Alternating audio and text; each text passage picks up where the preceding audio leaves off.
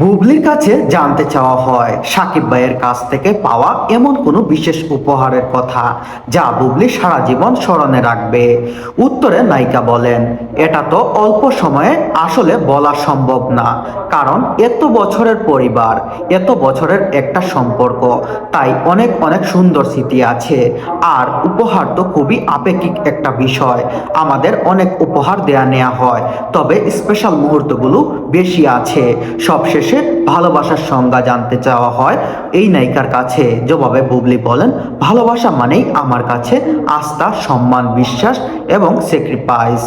আমার কাছে ভালোবাসা মানে আরো আমার ভক্তরা, যাদের আমি চিনি না, জানি না, কখনো তাদের সঙ্গে দেখা হয়নি, কথা হয়নি, অথচ সব সময় আমাকে যেইভাবে ভালোবেসে সাপোর্ট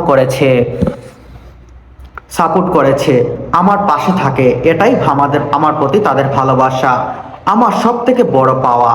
তাই আমি তাদের প্রতি কৃতজ্ঞ, সম্মান জানাই। সামনে ভোট, তাই আবার কবে দেখা হবে বলা যায় না, তাই সবাইকে অগ্রিম জানাচ্ছি ভালোবাসা দিবসের শুভেচ্ছা।